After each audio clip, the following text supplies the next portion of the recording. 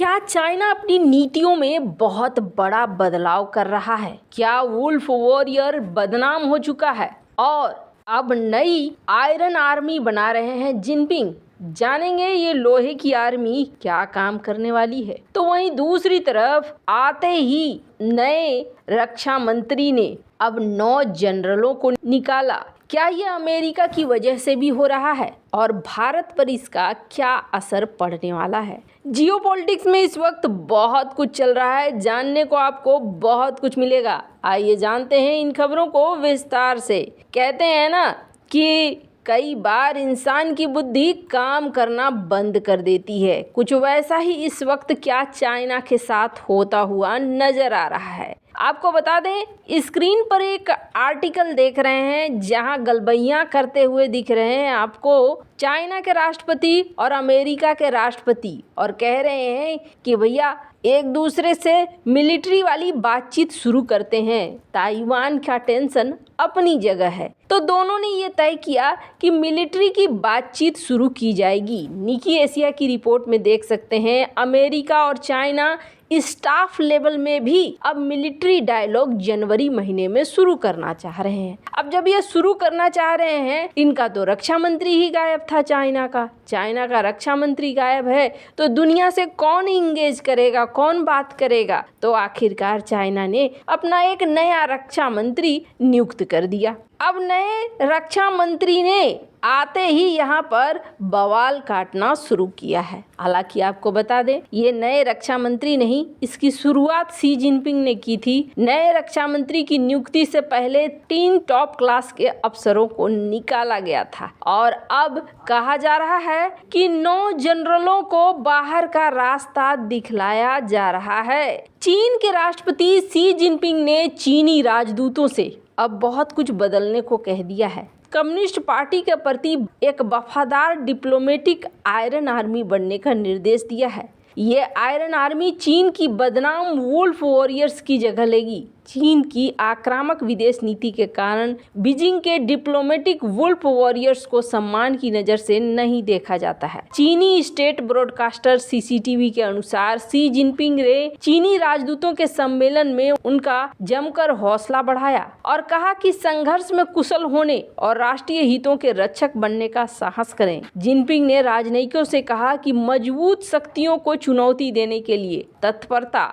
और दृढ़ इच्छा शक्ति के साथ राष्ट्रीय संप्रभुता, सुरक्षा और विकास के हितों की रक्षा करें। जिनपिंग ने चीनी राजदूतों से कम्युनिस्ट पार्टी के अनुशासन का पालन करने का भी आग्रह किया। उन्होंने central foreign affairs work conference के बाद एक वार्षिक मुख्य भाषण में सख्त शब्द को 7 बार दोहराया। जिनपिंग राजनयिकों की बैठक में शामिल हुए। वो एक गुप्त उच्च स्तरीय कम्युनिस्ट पार्टी की विदेश नीति का नियोजन बैठक है जो हर 5 साल में एक बार होती है। आपको बता दें, शी ने बीजिंग के great hall of the people में दूतों के सम्मेलन के दौरान कहा कि ये आवश्यक है कि नियमों और अनुशासन को सामने रखा जाए, खुद को सख्ती से अनुशासित किया जाए, सख्त जिम्मेदारी ली जाए और एक कूटनीतिक लौह सेना डिप्लोमेटिक आयरन आर्मी बनाई जाए जो पार्टी के प्रति वफादार हो, संघर्ष करने का साहस रखती हो और संघर्ष करने में अच्छी हो और सख्त अनुशासन का पालन करती हो। शी जिनपिंग का ये बयान पिछले विदेश मंत्री किन गैंग को जुलाई में उनके पद से हटाए दिए जाने के बाद आया है। ऐसा माना जा रहा है कि जिनपिंग ऐसा बोलकर राजनयिकों के बीच नए सिरे से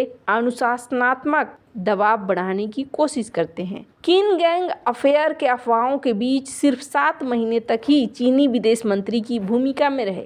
शी ने कहा कि पार्टी देश और लोगों के प्रति वफादारी कूटनीतिक मोर्चे की गौरवशाली परंपरा है और हमें ऐसे ही लोग चाहिए। शी ने संघर्ष शब्द को 5 बार दोहराते हुए कहा कि चीन को रोकने और दबाने के पश्चिमी प्रयासों का मुकाबला करने के लिए आपको प्रभाव बढ़ाने की आवश्यकता है। हमें व्यापक और गहरी दोस्ती बनानी चाहिए। लोगों के दिलों को जीतने की लड़ाई सभी स्तरों पर की जानी चाहिए। हमें चीन की कहानी को अच्छी तरह से बताने के लिए विदेशी भाषा और तरीकों का इस्तेमाल करना चाहिए। खैर, उन्होंने अधिकारियों से चीन की भरोसेमंद, प्यारी और सम्मानजनक छवि बनाने का आग्रह किया है। जहां एक तरफ ये सब कुछ चल रहा है तो वहीं दूसरी तरफ चाइना ने एक और चीज की है। आपको बता दें, चाइना अपने विदेश नीति और रक्षा नीति दोनों में ही बदलाव कर रहा है। चीन की संसद ने जनवादी मुक्ति सेना यानी कि पीएलए के 9 बड़े जनरलों को बर्खास्त कर दिया है,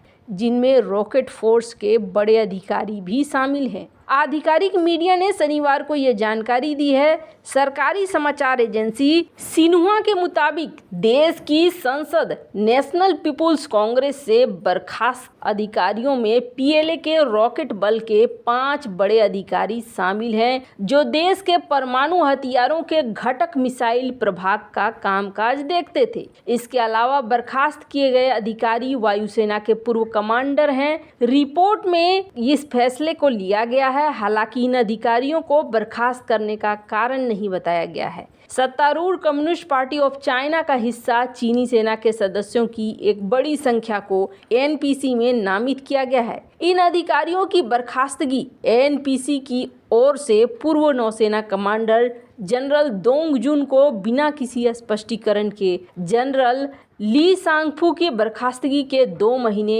बाद नए रक्षा मंत्री के रूप में नियुक्त किए जाने के बाद हुआ है। एनपीसी ने अक्टूबर में ली सांगफू के निष्कासन की पुष्टि की थी। यहां आधिकारिक मीडिया ने बताया कि पीएलए के कमांडर दोंग को एनपीसी की अस्थायी समिति ने रक्षा मंत्री नियुक्त किया है और मीडिया के मुताबिक दोंग ने पीएलएन के सभी प्रमुख नौसैनिक प्रभागों में काम किया है। हांगकांग से प्रकाशित साउथ चाइना मॉर्निंग पोस्ट की खबर के अनुसार 2021 में नौसेना के शीर्ष कमांडर बनने से पहले दोंग ने उत्तरी समुद्री बेड़े में अपनी सेवा दी, जो रूसी नौसेना के साथ नियमित युद्धाभ्यास करती है। उन्होंने पूर्वी समुद्री बेड़े में काम किया, जो जापान के साथ संघर्षों पर ध्यान केंद्रित करता है। तो दोंग ने दक्षिणी कमान थिएटर में भी अपनी सेवाएं दी है। अब कुछ चीजें ये कह रही हैं कि ये जो फेरबदल देखने को मिल रहा है, ये जो लोगों को हटाया जा रहा है, इसके पीछे कहीं ना कहीं कनेक्शन भी एक कारण है,